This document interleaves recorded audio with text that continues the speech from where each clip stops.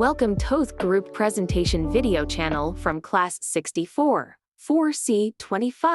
Assalamualaikum warahmatullahi wabarakatuh. Selamat pagi. Yang terhormat pada Bapak Andi Sanmasti Bangun, selaku dosen manajemen bisnis dan operasional dan teman-teman yang saya banggakan. Perkenalkan, nama saya Yova Zara Maulida dengan NIM 64201402, kelas 644C25, jurusan Manajemen Keuangan, Fakultas Ekonomi dan Bisnis. Universitas Bina Sarana Informatika, Cabang Cengkareng. Di sini saya selaku moderator ingin mempresentasikan hasil tugas kelompok kami dengan judul Sumber Daya Manusia dan Desain Kerja.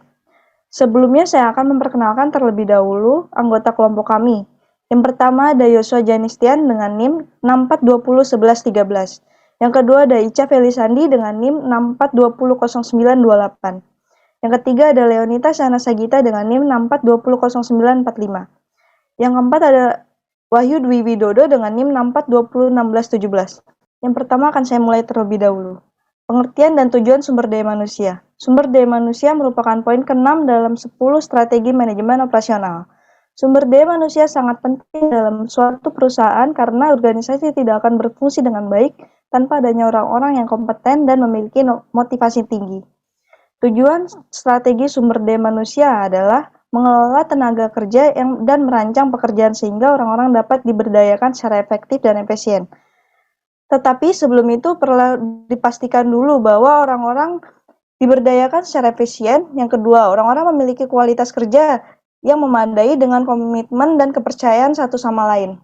Pentingnya sumber daya manusia. Bisnis sama dengan peperangan. Bedanya kalau peperangan adalah menguasai wilayah teritorial tertentu, sedangkan bisnis untuk menguasai wilayah pemasaran tertentu. Sumber daya manusia merupakan masalah yang sangat kompleks. Ia bukan hanya sebagai faktor produksi, tetapi sebagai makhluk sosial yang memiliki berbagai kebutuhan. Ia tidak bisa dengan mudah dijadikan sebuah skrup dan sebuah organisasi untuk menciptakan suatu produk. Sebab manusia adalah subjek, bukan objek organisasi. Batasan-batasan strategi sumber daya manusia. 1. Bauran produk dapat menentukan apakah tenaga kerja yang ada merupakan tenaga kerja musiman atau tetap. 2. Teknologi. Peralatan dan proses memungkinkan memiliki implikasi pada keamanan dan kandungan pekerjaan. 3. Keputusan lokasi mungkin berdampak pada lingkungan kerja di mana para karyawan bekerja. 4. Keputusan tata letak. Strategi sumber daya manusia. 1. Perencanaan tenaga kerja. Di perencanaan tenaga kerja ini ada kebijakan stabilitas tenaga kerja. Ada 2 kebijakan dasar yang berkaitan yaitu diikuti permintaan dengan tepat dan menjaga jumlah karyawan konstan. Lalu ada juga jadwal kerja. Ada beberapa variasi jadwal kerja terdiri dari flex time, minggu kerja yang fleksibel, dan jam kerja yang pendek, alih-alih yang panjang.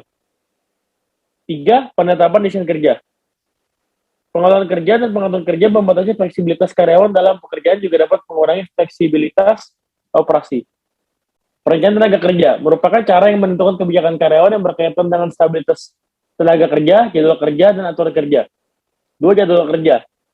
Ada jadwal kerja standar, flex time, minggu kerja fleksibel, D. Status paruh waktu, part-time. Ada juga kestabilan tenaga kerja. Ada dua kebijakan yang dasarnya meliputi ini, yaitu ikuti permintaan dengan tepat dan menjaga jumlah karyawan secara konstan. Yang ketiga, aturan kerja. Untuk membatasi fleksibilitas karyawan dalam pekerjaan yang juga mengurangi fleksibilitas operasi. Penetapan standar tenaga kerja. Setiap orang maupun perusahaan dalam melakukan kegiatan selalu berusaha untuk menentukan metode kerja yang baik. Karena dengan metode kerja yang baik akan dapat meningkatkan produktivitas kerja yang tinggi. Usaha untuk menentukan lama kerja yang dibutuhkan seorang operator terlatih dan qualified dalam menyelesaikan suatu pekerjaan yang spesifik pada tingkat kecepatan kerja yang normal dalam lingkungan kerja yang terbaik. Pada saat itu, pengukuran waktu yang dilakukan terhadap beberapa alternatif sistem kerja, maka yang terbaik dilihat dari waktu penyelesaian. Tersingkat, pengukuran waktu juga ditunjukkan untuk mendapatkan waktu baku penyelesaian pekerjaan, yaitu waktu yang dibutuhkan secara wajar, normal, dan terbaik. Desain pekerjaan. Yang pertama, definisi. Definisi kerja atau job design adalah sebuah pendekatan yang menetapkan tugas-tugas yang terkandung dalam suatu pekerjaan bagi seseorang atau sebuah kelompok. tujuan. Yang pertama, fleksibilitas dalam proses kerja. 2, minat, tantangan, dan prestasi optimal. 3, kerjasama tim meningkat. Unsur-unsur: 1, unsur organisasi. 2, unsur lingkungan. 3, unsur perilaku. Manfaat: yang pertama, efisiensi operasional, produktivitas, dan kualitas pelayanan menjadi optimal. Yang kedua, fleksibilitas dalam melaksanakan proses kerja. Faktor yang mempengaruhi: pertama, individu. Kedua, teknologi yang digunakan. Yang ketiga, biaya atau anggaran. Desain pekerjaan yang efektif. Teknik desain pekerjaan. Teknik rekayasa. Yang pertama, spesialisasi. Yang kedua, analisa aktivitas. Yang ketiga, psikologis pekerjaan. Yang keempat, lingkungan kerja. Teknik tingkah laku.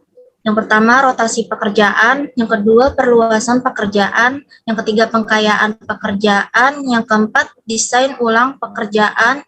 Yang kelima, partisipasi. Variabel antara. Parameter organisasi. Yang pertama, coworker. Yang kedua, manajemen. Yang ketiga, struktur. Parameter individu. Yang pertama, ability. Yang kedua, knowledge. Yang ketiga, needs. Yang keempat, values. Lingkungan eksternal. Outcome yang diharapkan. Outcome organisasi, yang pertama efisiensi, yang kedua kualitas, yang ketiga pencapaian tujuan. Outcome individu, yang pertama kepuasan kerja, yang kedua ketepatan, yang ketiga kehadiran, yang keempat longevity. Terdapat 7 komponen desain kerja. Yang pertama, spesialisasi pekerjaan. Yang kedua, ekspansi pekerjaan. Yang ketiga, komponen psikologis. Yang keempat, tim yang mandiri. Yang kelima, motivasi dan sistem insentif. Yang keenam, ergonomi dan metode kerja. Yang ketujuh, tempat kerja visual. Spesialisasi pekerjaan. Yang pertama, spesialisasi pekerjaan atau job specialization adalah pembagian pekerjaan menjadi tugas-tugas yang khusus. Yang kedua, spesialisasi tugas atau spesifikasi pekerjaan. Job specification adalah uraian persyaratan kualitas minimum orang yang bisa diterima agar dapat menjalankan satu jabatan dengan baik dan kompeten. Hal tersebut dapat dicapai dengan yang pertama, pengembangan keterampilan. Yang kedua, mengurangi waktu yang terbuang. Yang ketiga, pengembangan alat khusus. Yang keempat, membayar upah sesuai keahlian. Ekspansi pekerjaan adalah aktivitas memperbesar atau memperluas usaha yang ditandai dengan penciptaan pasar baru, perluasan fasilitas, perekrutan pegawai, dan lain-lain. Akhir-akhir ini terdapat adanya usaha untuk meningkatkan kualitas lingkungan kerja dengan beralih dari spesialisasi pekerjaan menuju desain kerja yang lebih bervariasi.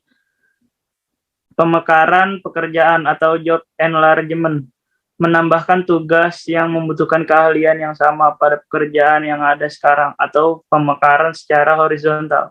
Rotasi pekerjaan atau job rotation, sebuah sistem pemekaran pekerjaan yang terjadi di saat karyawan diperbolehkan untuk berpindah dari satu pekerjaan yang khusus ke pekerjaan khusus lainnya. Pengayaan pekerjaan atau job enrichment, sebuah metode yang memberikan karyawan tanggung jawab yang lebih. Pemberdayaan karyawan atau employee empowerment, praktik dalam memperkaya pekerjaan di mana karyawan menerima tanggung jawab dan otoritas untuk beragam keputusan yang biasanya dikaitkan dengan staf ahli. Komponen psikologi. Komponen-komponen ini memusatkan perhatian pada bagaimana mendesain pekerjaan sehingga memenuhi beberapa persyaratan psikologis minimum. Dalam pekerjaan seharusnya mencangkup karakteristik sebagai berikut. 1. Keragaman keahlian. 2. Identitas pekerjaan. 3. Arti pekerjaan. 4. Otonomi. 5. Umpan balik. Tim yang mandiri. Tim yang mandiri atau self-directed team, yaitu sekelompok individu yang diberdayakan dan bekerja bersama-sama untuk meraih sebuah tujuan yang sama. Berikut ini adalah cara-cara untuk memaksimumkan keefektifan tim. 1. Memastikan setiap individu memiliki kontribusi dalam tim. 2. Menyediakan dukungan manajemen. 3. Memastikan pelatihan yang diperlukan. 5. Mendukung adanya tujuan dan sasaran yang jelas. Motivasi dan sistem insentif. Komponen psikologis dari suatu desain kerja memberikan pandangan pada sejumlah faktor yang berkontribusi pada kepuasan kerja dan motivasi. Salah satunya adalah faktor keuangan. Berikut ini adalah beberapa bentuk dari penghargaan keuangan dalam perusahaan penganggaran, perusahaan dalam keuangan. Penganggaran keuangan dalam perusahaan. Ada bonus, pembagian laba, pembagian keuntungan, sistem insentif, sistem pembayaran berdasarkan pengetahuan, motivasi karyawan, kepuasan kerja, kinerja karyawan, dan kinerja organisasi. Ergonomi dan metode kerja. Dengan dasar ilmu yang diberikan oleh Frederick W. Taylor, telah dikembangkan satu ilmu pengetahuan tentang kemampuan dan keterbatasan manusia. Atas dasar itu pula, industri tertarik untuk membangun suatu alat penghubung antara manusia dengan mesin. Pemahaman persoalan ergonomik akan meningkatkan kinerja manusia. Tempat kerja visual atau visual workplace adalah penggunaan beragam teknik komunikasi visual untuk mengkomunikasikan informasi secara cepat bagi semua pihak yang berkepentingan.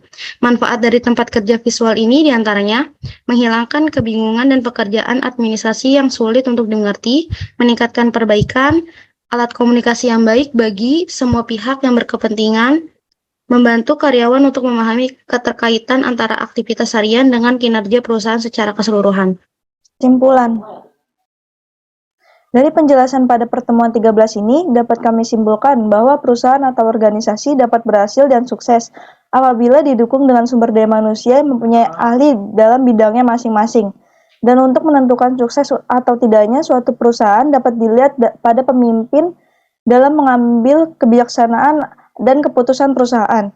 Strategi sumber daya manusia ada 3, yaitu perencanaan tenaga kerja, penetapan standar tenaga kerja, dan penetapan desain kerja.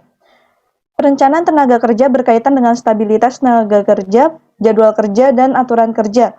Kedua, ada penetapan standar kerja berkaitan dengan usaha untuk menentukan lamanya kerja yang dibutuhkan oleh seseorang, dan penetapan desain kerja meliputi spesialisasi pekerjaan, ekspansi pekerjaan, komponen psikologis, tim yang mandiri, motivasi dan sistem intensif, ergonomik dan metode kerja, dan tenaga kerja visual. Demikian diskusi kelompok ini, kurang lebihnya saya selaku moderator, saya ucapkan wassalamualaikum warahmatullahi wabarakatuh.